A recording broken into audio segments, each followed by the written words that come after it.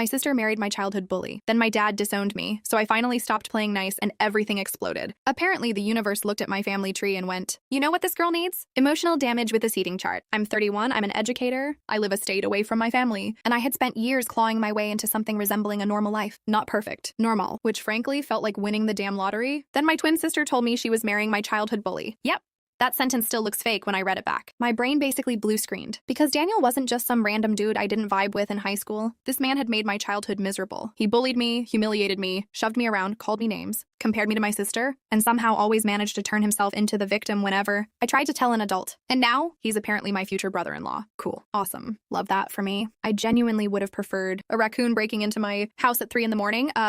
At least the raccoon would have had the decency to admit it was stealing my food. My sister Violet was always the golden child in my head. Not because she was spoiled rotten or anything. She genuinely was amazing. Brilliant, kind, successful, beautiful, ambitious. She became a nurse practitioner. She helps people. She volunteers. She owns a house. She has an Etsy business, a blog, a TikTok, probably knows how to make sourdough from scratch while simultaneously solving world hunger. Meanwhile, I'm over here fighting for my life because I forgot why I walked into the kitchen. But I loved her. God, I loved her. That was the problem. If I didn't care about her, this would have been easy. I'd have simply said, congratulations on your wedding. Unfortunately, I will be attending a root canal that day. But I cared. So when she told me Daniel was actually the same guy from school, I just sat there thinking, no, absolutely not. There is no way. And then she confirmed it. Daniel, my Daniel. Well, not my Daniel. That sounded horrifying. Daniel the human migraine. Daniel the soggy little war criminal of my adolescence. Daniel the guy who once made me cry in a bathroom because he'd spent so long convincing me I was ugly that for a while I believed him, that Daniel. And Violet was in love with him. I told her everything, not even dramatically. I didn't give her some Oscar-winning monologue. I basically unloaded 30 years of emotional receipts onto the table and said, this is what happened. She didn't believe me. That hurt more than I can explain. Actually, no. It pissed me off. It hurt, and then it pissed me off. And then it made me want to laugh because apparently that's my emotional coping strategy. Oh, cool. My childhood bully says I bullied him. My sister believes him. What a fun little family reunion. I told Violet I wouldn't be her maid of honor. That was my boundary. I wasn't telling her to leave him. I wasn't demanding she cancel the wedding. I wasn't standing outside her house with a megaphone screaming, dump the bearded truck man. I just said I couldn't stand beside him at the wedding and pretend everything was fine. And somehow that became me choosing not to support my sister. That was when my brain started screaming. Because apparently there's a magical family rule where everyone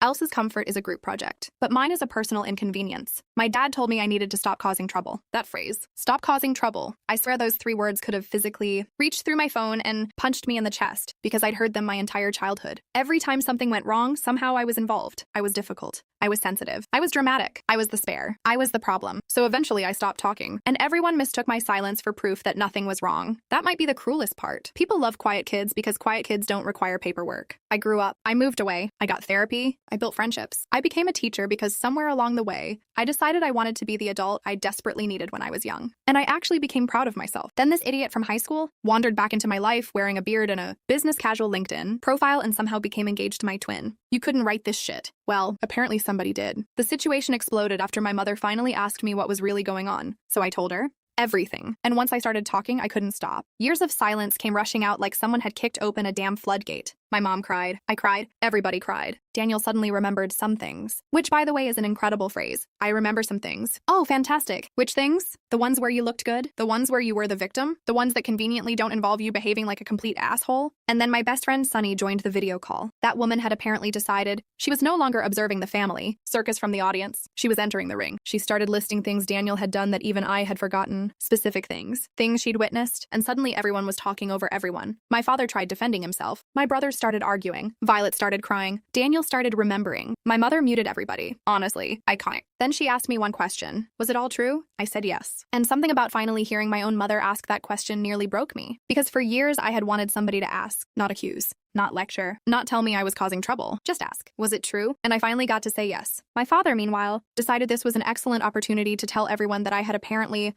rewritten history. Sir, respectfully, what history? The one where I was a child getting bullied? The one where you didn't believe me? The one where I learned that telling the truth could get me punished? Because if we're rewriting things, I have several edits. The family fractured after that. My dad basically told me he was done being my father. Then, when I took him seriously, he acted shocked, which was honestly impressive. Imagine throwing a grenade into a room and then getting mad because somebody noticed the explosion. I went low contact, then no contact. My sister stopped talking to me. My brothers were all dealing with their own reactions. My mother finally started listening. And Daniel, still blaming. still minimizing, still trying to get me to talk. At one point, he called me repeatedly and told me my sister was suffering because of me. And I remember staring at my phone thinking, oh, absolutely not. That was the moment something inside me changed, because I had spent years thinking boundaries were selfish. I thought saying no meant I was hurting people. I thought protecting myself meant I was abandoning my family. But suddenly I realized something incredibly uncomfortable. Every time I sacrificed my own peace to keep everybody else comfortable, nobody was actually sacrificing anything. I was over and over, and I was exhausted. So I told my family the truth. I wouldn't attend the wedding. I wouldn't be maid of honor. I wouldn't demand anyone else make the same decision, but I would not be manipulated into pretending Daniel hadn't hurt me. That was it. No ultimatum, no revenge, no dramatic movie moment where I drove through the wedding venue in a monster truck screaming, "You shall not pass." Just a boundary. And apparently that was enough to set the whole family on fire. My dad sent me a massive message telling me I was exaggerating. He said I was too sensitive. He said I was desperate for attention. He said I wasn't actually hurting myself and was apparently making it all up. Then he unsent the messages, which was convenient. Fortunately,